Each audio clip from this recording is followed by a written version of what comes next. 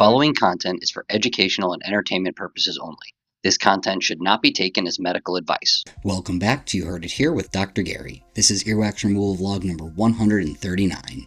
In today's episode, we're going to take a look at a patient who used Q-tips in one ear and realized that they made a giant mistake. As you can see, this patient has the earwax impacted all the way down there. You can even see the indentation where the Q-tip pushed that wax back. If you like these wax removal videos, please take a moment to like and subscribe. It really does help with the YouTube algorithm and helps to keep me motivated to put out this educational and entertainment content. So on the education side, Q-tips really don't remove wax. What they do is they force it further down the ear canal, especially when there's a lot.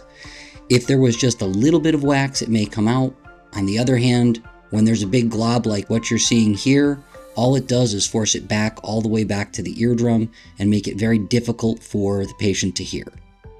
We got that earwax out. You had a great view of the eardrum. Now let's take a look at the other side. This ear, they did not use Q-tips, and you'll notice that there is absolutely no earwax on this side.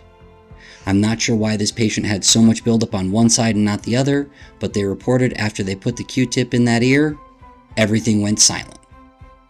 This has been You Heard It Here with Dr. Gary. Thank you for watching. I look forward to seeing you in the next video.